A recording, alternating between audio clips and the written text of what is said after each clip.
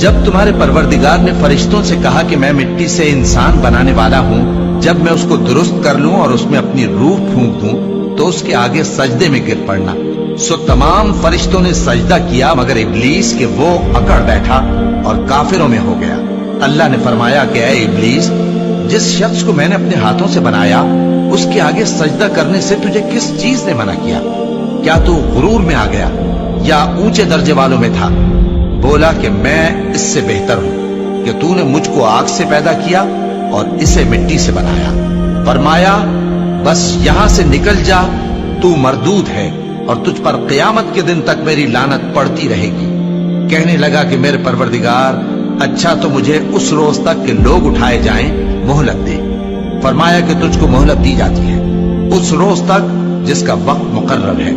کہنے لگا کہ مجھے تیری عزت کی قسم، میں ان سب کو بہکاتا رہوں گا سوائے ان کے جو تیرے چنے ہوئے بندے ہیں۔ فرمایا ٹھیک ہے، اور میں ٹھیک ہی کہتا ہوں کہ میں تجھ سے اور جو ان میں سے تیری پیروی کریں گے سب سے جہنم کو بھر دوں گا۔ اے پیغمبر، کہہ دو کہ میں تم سے اس کا صلہ نہیں مانگتا اور نہ میں بناوٹ کرنے والوں میں ہوں۔ یہ قرآن تو اہل عالم کے لیے نصیحت ہے اور تم کو اس کا حال کچھ وقت کے بعد معلوم ہو جائے گا۔